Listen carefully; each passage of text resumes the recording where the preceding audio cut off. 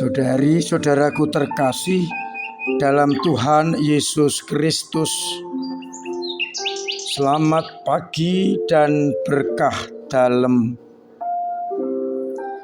Kita berjumpa kembali dalam renungan harian Jumat 26 Januari 2024. Hari ini kita diajak gereja untuk memperingati Santo Timotius dan Titus.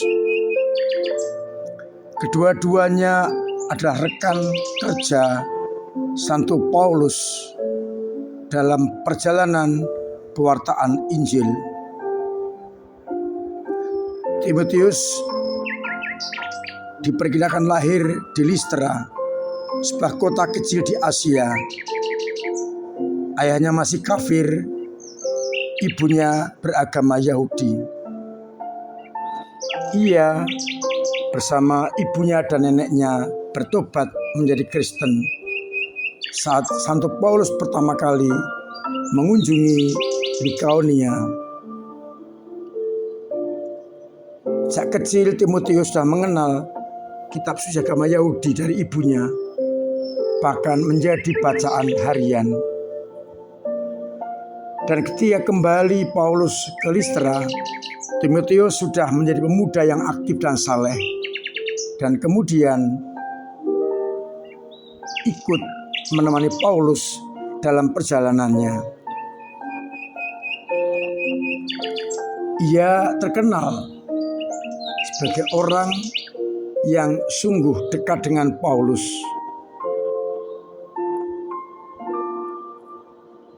Ia tetap setia dalam pelayanan Injil, bahkan seperti seorang anak menolong bapaknya kepada Paulus, ia berbuat demikian.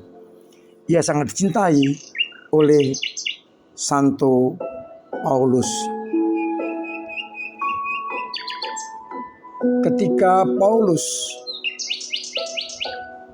dipenjara dan kemudian dilepaskan, ia mengangkat Timotius sebagai uskup di Efesus. Dan Timotius dibunuh pada tahun 97. Sedangkan Titus juga sahabat Paulus. Ia berasal di Antioquia di Asia Kecil, lahir dari keluarga yang masih kafir. Berkat pewartaan Santo Paulus, ia bertobat dan menjadi seorang Kristen yang aktif dalam karya pewartaan, menemani Santo Paulus ke Yerusalem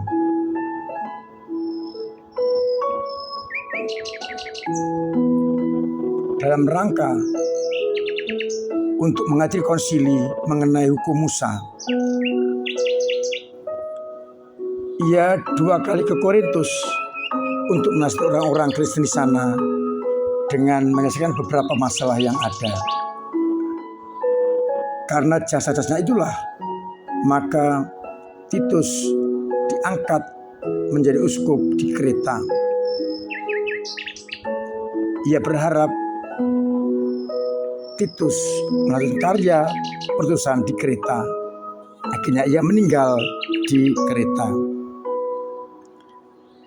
Saudara-saudara terkasih, kita bersyukur atas orang kudus yang menjadi penjaga iman, agar akhirnya benar-benar menjadi penjaga iman gereja. Saya mengambil bacaan harian hari ini untuk titik permenungan kita. Dari bacaan yang pertama, Daud mulai tergoda oleh Batseba yang nanti akan menjauhkan diri dari kehendak Allah dengan mengikuti kehendaknya. Sedangkan dari bacaan Injil, Yesus menyampaikan perumpamaan. Kerajaan Allah itu seumpama orang yang menaburkan benih di tanah.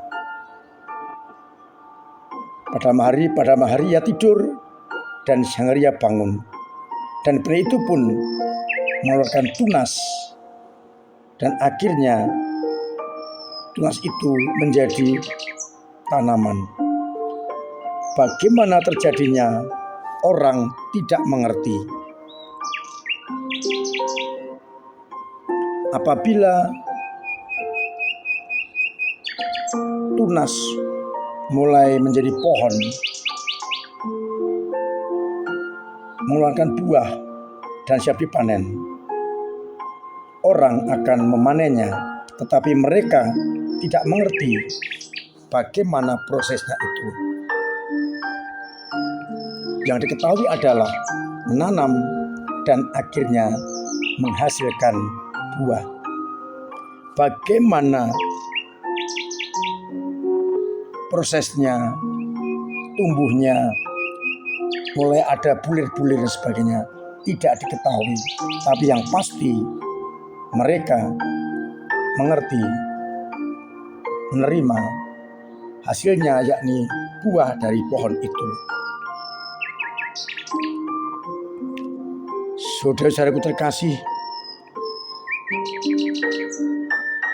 dari bacaan yang pertama jelas bahwa godaan begitu banyak dan orang kalau siap akan jatuh ke dalam godaan itu, lalu meninggalkan Yahweh dan mendatangkan malapetaka. Godaan di mana-mana ada, maka kita harus waspada menghadapi godaan-godaan itu. Dari Injil mengenai kerajaan Allah yang diumpamakan orang yang menaburkan benih dan menghasilkan benih itu menghasilkan buah, tapi dalam prosesnya mau menggambarkan tumbuhnya kerajaan Allah pelan tetapi pasti. Bagaimana prosesnya kita tidak tahu, namun kita yakini taburan kerajaan Allah bagaimanapun juga akan menghasilkan buah kebaikan. Kita tidak tahu prosesnya. Allah yang berkarya, dikatakan bumi dengan dirinya menumbuhkan benih itu.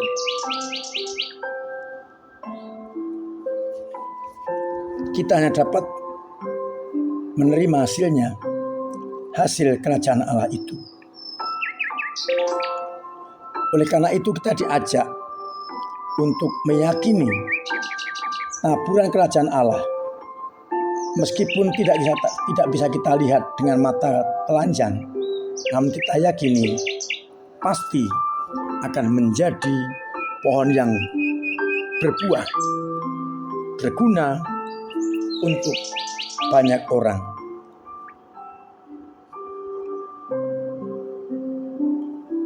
Mungkin baik agar benih itu bertumbuh, harapan harus kita pelihara, kita jaga, kita sirami. Demikian pula benih sabda Allah yang ditanamkan dalam hati kita, hendaknya kita pelihara, kita jaga, dan jangan sampai dikalahkan oleh godaan-godaan duniawi seperti Daud dalam bacaan yang pertama. Harapannya kita benar-benar mampu menjaga kualitas kerajaan Allah yang sudah ditanam, ditabur di dalam hati kita masing-masing. Tuhan memberkati kita sekalian. Amin. Marilah kita berdoa. Bapa yang penuh kasih, kami bersyukur atas sabda-Mu yang meneguhkan iman kami yang kadang lemah, bahwa kerajaan-Mu tumbuh pelan tapi pasti dan berguna bagi keselamatan kami. Biarlah kami senantiasa hidup dengan selalu memelihara menyirami taburan kerajaan Allah itu sehingga boleh berkembang dan sungguh berguna bagi keselamatan kami. Kuatkanlah iman kami yang lemah bila kadang menghadapi tantangan, bila seakan-akan kerajaan-Mu hilang, agar kami tetap setia pada komitmen kami mengikuti kehendak-Mu. Semoga akhirnya kami semakin Kau pantaskan menjadi anak-anak-Mu. Jauhkan kami dari godaan-godaan duniawi, agar tetap mampu memelihara kasih setia-Mu.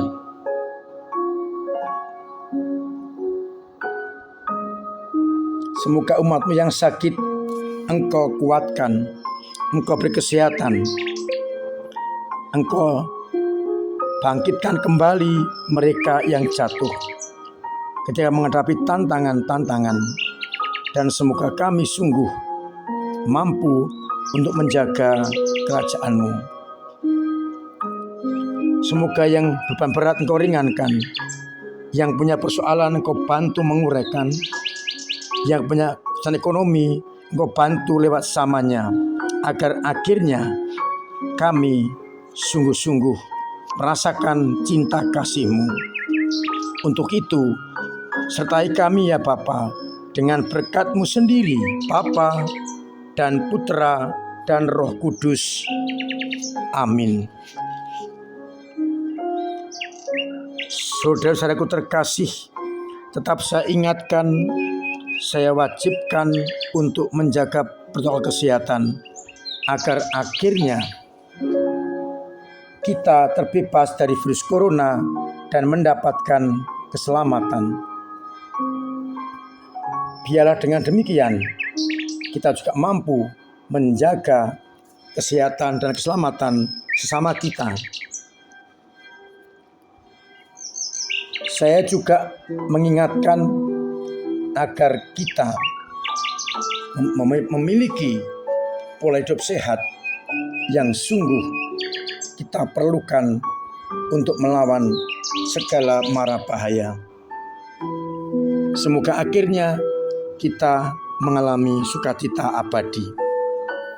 Terima kasih untuk semua saja yang telah berkontribusi kepada gereja dengan caranya masing-masing, dengan doa, karya, tenaga, dan dana yang sangat membantu kehidupan gereja. Mudah-mudahan Allah berkenan membalas semua usaha itu. Mari bersama-sama kita mewujudkan gereja yang sungguh mau menghadirkan kerajaan Allah yang pelan tetapi pasti. Sekali lagi mari kita jaga, kita sirami benih kerajaan Allah agar bertumbuh dan membantu kita untuk melawan godaan-godaan dunia. Akhirnya saya mengucap selamat pagi, selamat merenungkan, salam sehat, Tuhan memberkati.